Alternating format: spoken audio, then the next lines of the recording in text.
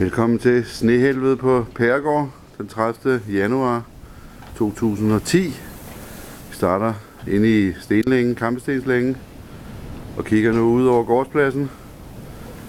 Der er eddermame høje driver hele vejen rundt, men som man kan se, så er midten rimelig fri. Det blæser bare rundt og rundt og lægger sig ude i siderne. Prøver vi at gå en tur tilbage til huset, hvor vi formentlig møder to skrubskøre hunde, Jambo og så Filippa, vi er på besøg, mens deres forældre er i Afrika, hvor der er 30 grader varmt. Glimrende. Kommer vi op til porten her. Der er også rimelig fri, men på den anden side af vejen ned til landevejen er fuldstændig lukket.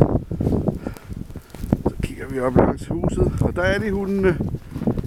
De æder med mig sindssyge. Prøv lige at se, de vælter sig bare rundt i sneen. Ja. Jeg har nemlig pels på, så jeg fryser ikke. Lad os komme ind. Jeg har heldigvis banet mig en vej. Gå væk, så skal de ligge lige i vejen, hvor jeg har. Godt, væk.